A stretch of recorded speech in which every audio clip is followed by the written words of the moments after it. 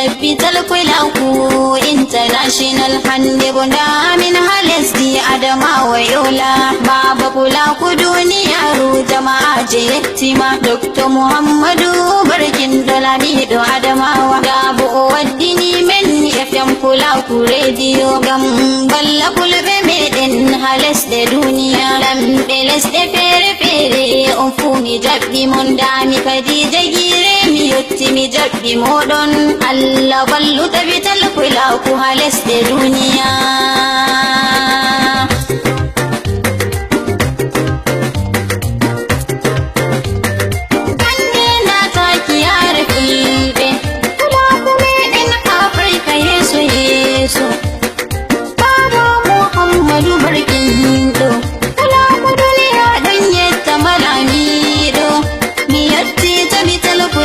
international ande na taki yar filbe kula kuma in Afirka yesu yesu baba muhammadu barkin do kula kudu ya dan yatta malami do min yatti tabital kula ku international inde ma Allah mi fudirta salatu dunula do mi tokkinta Muhammadu ardi da mu jakirta Mula da mu Allah mu ne imu jula Kun babu batula Nimbi Abdallah Kiɗa da mu Allah Mawardi dina Allah In alabi ashabu mi dokinta Baka mabbe alawallu tabital kulaku Ande na taki yar filbe Kulaku medin Afirka yesu yesu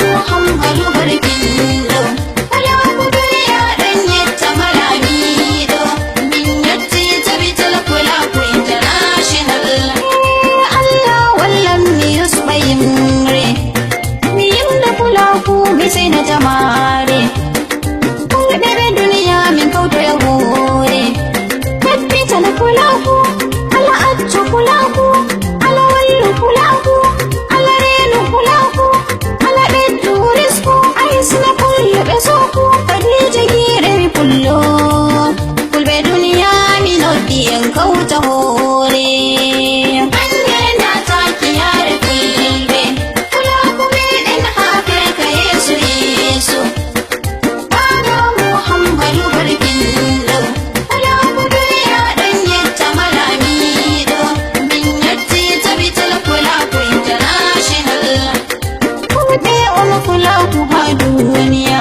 annabu Allah hauti min ha Najeriya tarde tabital kula ku duniya kulbe Afirka ta kulbe Mali ta kulbe Senegal ta Burkina Faso ta kulbe Cameroon ta kulbe Ghana nan ta kulbe Niger ta kulbe Chad kulbe Ethiopia kulbe lesti Gabon kulbe Guinea yoti ande na taki yar filbe kula kuma din Afirka yesu yesu baba muhammadu barkin do kula kudu ya dan yatta malami do min yatti tabital kula ku international kulbe Ethiopia fuyoti benanta South Africa fuyoti kulbe lesti Sudan fuyoti da fulbe Uganda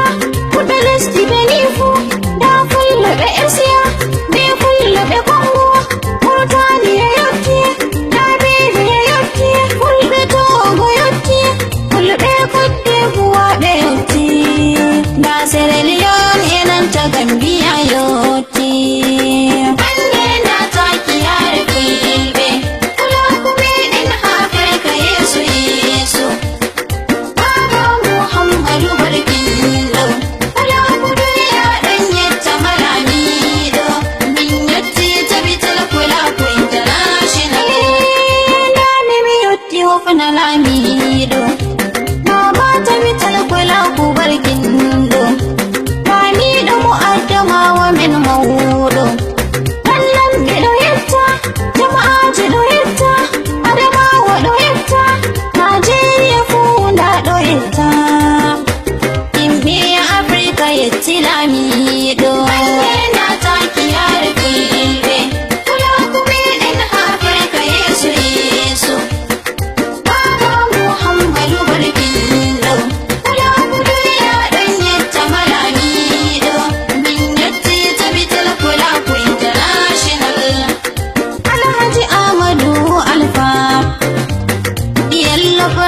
PPI. Allah rene sannu baba. Dr. Abdullahi Umar Ganduje, gwamna jihar Kano, ciyaman PPI. Halis di Najeriya, Alhaji Aliyu Ahmad Yattama. Ciroma Adamawa Yattama. Dr. Murtala Aliyu Hufnama. Benanta Dr. Aminu Ciroma. Yerima Mahamud Barkindo. Yerima Mahamud Mihufnima. Aliyu Waziri Maryana Mihufni. Hajiya Mai Saratu Mai Saratu Bello. Dr. Aisha Salu Bello. Allah rene miyattina Mihufnima. Amman Adama Akijo, sarki tsaftan Adamawa Hufnama. Na Comrade Muhammadu Bello, Allah rene miyattina Mihufnima. Shehu Abubakar Mihufnima. Barista Sufyan Mihufnima. Aliyu Yahya Lawal Hufnama. General Jibrilla Sisi Hamani. Alhaji Isa Marwa Kamerun. Ardo Mayo Faran Hufnama. Alhaji Abdul Nasir Hufnama. Tafida Mayo Faran Jabbama. Alhaji Lalo Buba Joda. Alareni Anfunami Hufnima. Alhaji Baba Dawar Ayoti. Alareni Alhaji Jojo Bama.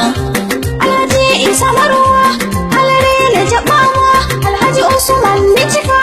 Alareni Jabama. Abubakar Mahmud Bama. Ami Wafana Baba Buhari Medin. Jalal Buhari Nami Hufnima. President Nigeria mi Yatima. Kumna bindo mi Yatimi Hufni. Bindo Jibril Allah rene. Sardaunan mu binda mi Hufnima. Khadija Gire kullu Adamawa. Wanne na taki har kulbe. Kula kuma din Afirka Yesu Yesu. Baba Muhammadu Barkindo. Ala duniya dan yatta malamido. Min yatti tabi talkula ku international. Wanne na taki har kulbe.